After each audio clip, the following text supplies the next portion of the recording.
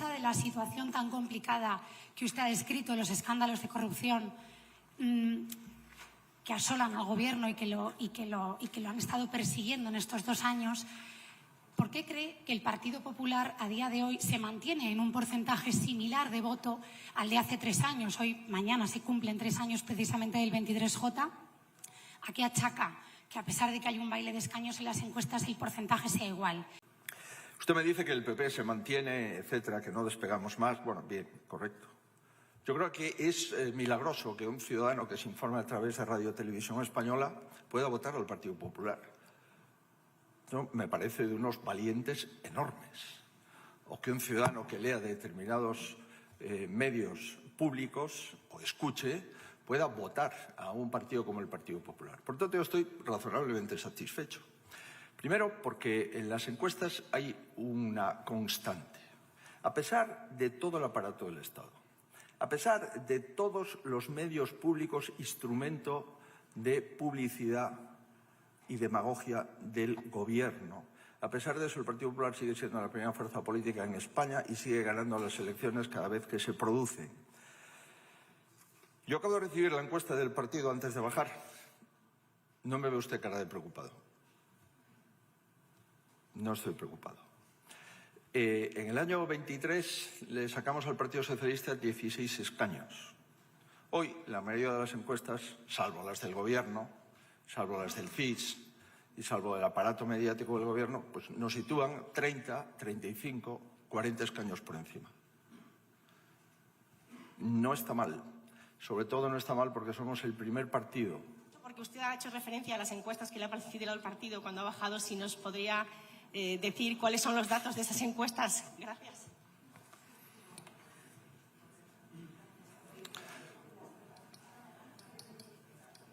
Vamos a ver. No coinciden con las del CIS. Es lo que le puedo decir.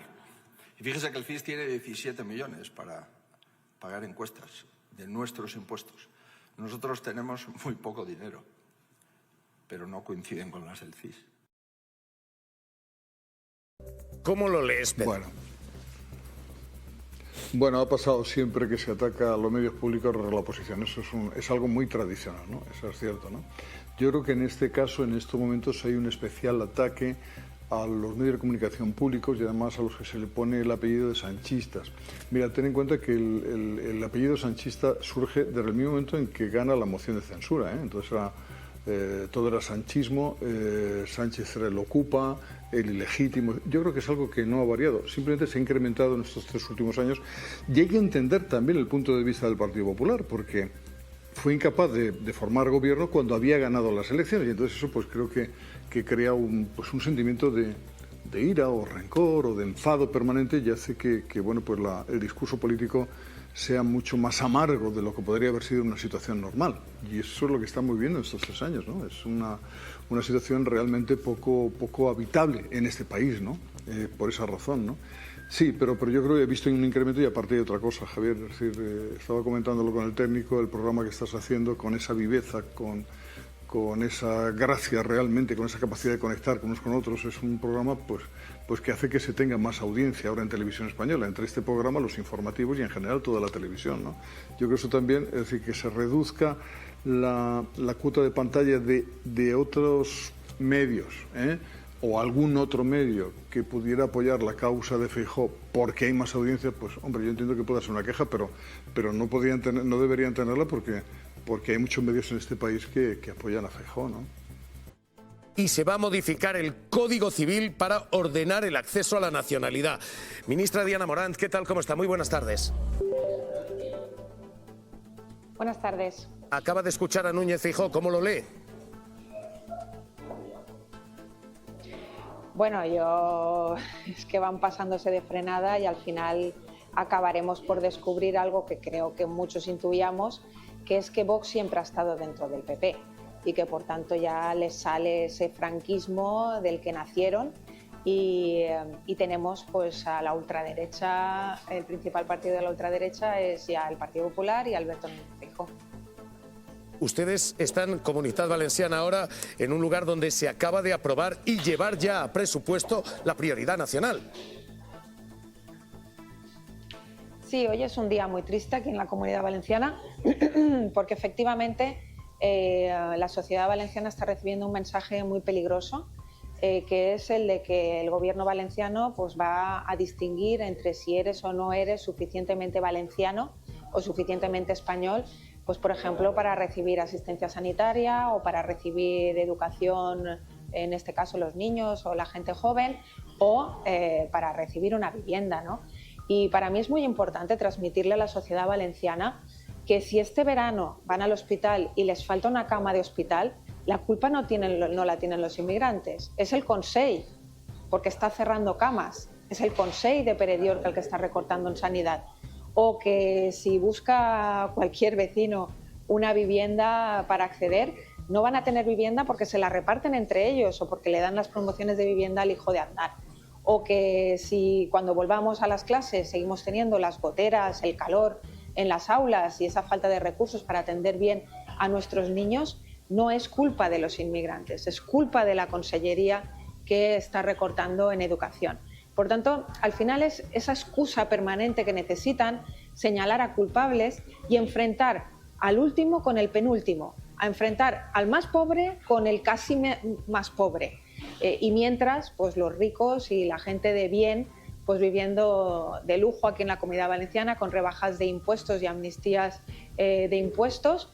Y el primero Pere Diorca, ¿no?, que se fue a ver la final de la Copa del Mundo y no sabemos quién ha pagado esa entrada con la cual el presidente Pere Diorca entró a ver ese fútbol. Le pregunto enseguida, quiero, no se retire, ministra, leer esto, porque efectivamente lo que se acaba de decir ahora mismo en Génova es que las modificaciones y accesos a la nacionalidad son ingeniería social. Lo que acabamos de ver en Valencia es que el Partido Popular y Vox convierten en ley, en presupuesto, la segregación de inmigrantes, la prioridad nacional y cómo esto está calando, pese a que literalmente anteayer estábamos celebrando a la inmigración y a la integración, a Lamine Yamal y a Nico Williams. Y no es una forma de hablar, es que literalmente anteayer estos eran los héroes de España. 48 horas después, el discurso es un discurso anti-inmigración. Pero es que estamos viendo que ese discurso no es ya solo político. Desde la política está permeando y está calando en la calle. Porque los datos hoy del Ministerio reflejan que la mayoría de delitos de odio que están creciendo son relacionados con el deporte y tienen un objetivo concreto. Y ese objetivo tiene nombre y apellidos. Lamine Yamal. Adela, vamos a echar un vistazo. Son héroes, pero no para todo el mundo, a juzgar por los datos que tenemos sobre la mesa, porque ese fútbol, ese mundial no solamente nos ha dejado las imágenes de la celebración, también tienes a cara B, el odio en las redes. Y ese odio tiene este principal objetivo, Lamine Yamal, musulmán, de padres africanos. En total se registraron, aquí están los datos, más de 40.000 mensajes de odio en las redes en el mes de junio, un 31% más que el mes anterior. Datos del Observatorio Español del Racismo y la Xenofobia. Y dicen que esa mayoría de insultos son de carácter racista e islamófobo. Y todo empezaba con este momento. Es la celebración de Lamine en su primer gol en el Mundial. En ese gesto, arrodillándose, señalando al cielo para luego besar el suelo, es un gesto musulmán que fue el foco de muchos comentarios racistas en redes. Mejor no darles mucha publicidad, mucha caña a estos comentarios, pero estos que vamos a ver por aquí son algunos de los que pudimos leer. Nuestras raíces humilladas, moro asqueroso, moros nunca, no es digno de ser español. En total, un 48% de mensajes que amenazan, que deshumanizan, un 32% que amenazan, un 6% que promueven la violencia con los que, como bien decías, habían sido héroes hasta, Javier, 48 horas después. Diana Morant, secretaria general del PSPB. Ministra, ¿qué tenemos aquí? ¿Tenemos una política que está calando a la calle o una calle que está intentando rentabilizarse en la política? ¿Quién es el origen aquí? El origen es la política. El origen son los irresponsables que tienen altavoz que representan a gran parte de la sociedad y que hacen estos discursos de odio. Mira, yo voy a condenar absolutamente todos los insultos que está recibiendo Lamine Yamal. Me gustaría escuchar a un representante del Partido Popular hacer esa misma condena, porque en estas cuestiones hay que saber de qué bando se está. Y yo desde luego estoy del bando que reconoce a Lamine Yamal, que es un niño que ha nacido en España, es tan español como Feijóo, como yo, que sus padres vinieron como inmigrantes irregulares, nadie es ilegal, pero tenían una situación de irregularidad que se ha solucionado y que aquí podemos tener cada uno la fe que queramos mientras no hagamos daño a ningún otro, ¿no? Y yo, esta España que algunos intentan rescatar, la España racista, yo no la había conocido. A mí me la habían contado mi abuela o mi madre, pero yo no la había conocido. Y fíjate, yo cuando he viajado a Berlín me gusta mucho un museo que es el de la topografía, que está el nazismo documentado. Porque efectivamente cuando el gobierno tiene la capacidad de hacer leyes que son racistas y que persiguen a la ciudadanía, que la señalan, pues puedes acabar en lo que fue pues el gobierno de Hitler, que tuvo también mucha afección en la ciudadanía. Muchos alemanes siguieron ese discurso que al principio era, después fue una dictadura, pero nació como una democracia.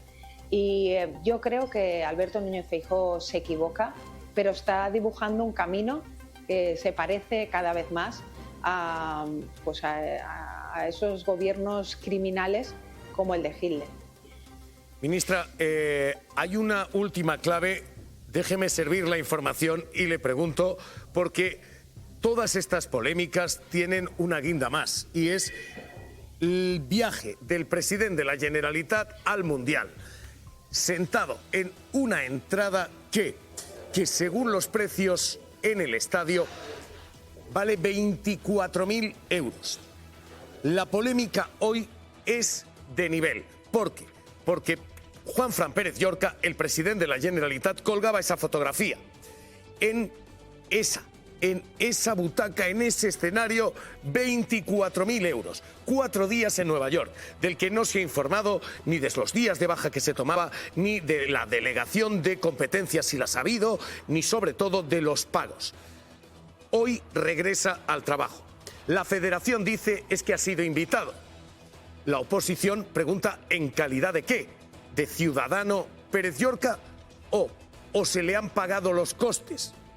Él hoy responde que él se ha pagado sus propios costes, pero él no va como ciudadano, él va como presidente. Ahora mismo el lío es fenomenal, Emilio Pacho, con el presidente de la Generalitat diciendo que esto es un viaje particular, pero al que acude como presidente de la Generalitat. Claro, Javier, y esa sería la principal clave que también reclama la oposición. Hoy hemos visto en el Parlamento, en les Corts Valencianes, a un Pérez Llorca que no se ha querido referir a ese viaje. Sí que se pronunciaba ayer por la tarde diciendo lo que comentabas, Javier, que se había pagado el transporte y el alojamiento. Pero claro, la clave es esa entrada que habría sido cedida por parte de la Real Federación Española de Fútbol se concede en calidad de presidente. Es decir, ese regalo tendría que declararse en el portal de transparencia, según marca la Llei Valenciana. Es decir, un viaje que por el momento, una entrada que no consta. PSPB, Compromís piden ahora mismo que se aclare esa situación. Es decir, si las facturas del transporte y de la estancia del alojamiento de Pérez Llorca están a su nombre o en cambio están a nombre de una empresa vinculada a un alto cargo del Consell, a su secretario autonómico de Comunicación. PSPB pone el foco en el origen de la entrada en sí, hizo valer ese trato de favor por ser presidente y que debería declarar ese regalo. Sumar también ha pedido a la mesa del Congreso que la Real Federación Española de Fútbol aclare este regalo, todo mientras sigue escalando la tensión, Javier. Sesión plenaria cargada en les Corts Valencianes ante un Pérez Llorca que ha sido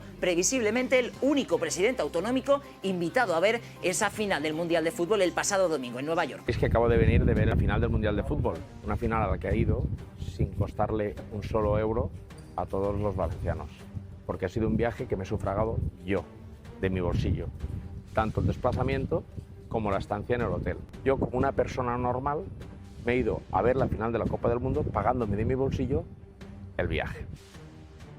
Ministra, el presidente dice que se lo ha pagado él.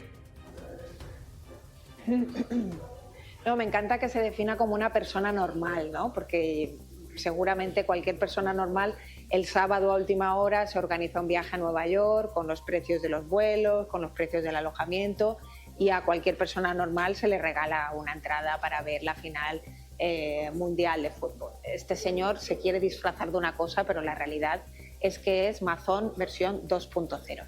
No sé cuánto tiempo vamos a tener que estar preguntando, es nuestra obligación preguntar y su obligación contestar cómo han sido los detalles, por qué tenía una entrada regalada por no sabemos quién y en calidad de qué. Y esto lo tiene que responder. Mazón nos dio no sé cuántas versiones de aquella tarde y ahora Perediorca también lo tiene que hacer. Yo creo que están muy poco acostumbrados a dar cuentas, pero eso es lo que es también ser presidente de la Generalitat, ser ejemplar y poderle contar a la ciudadanía los detalles de una tarde que se supone, según él, pues que es la de un ciudadano normal.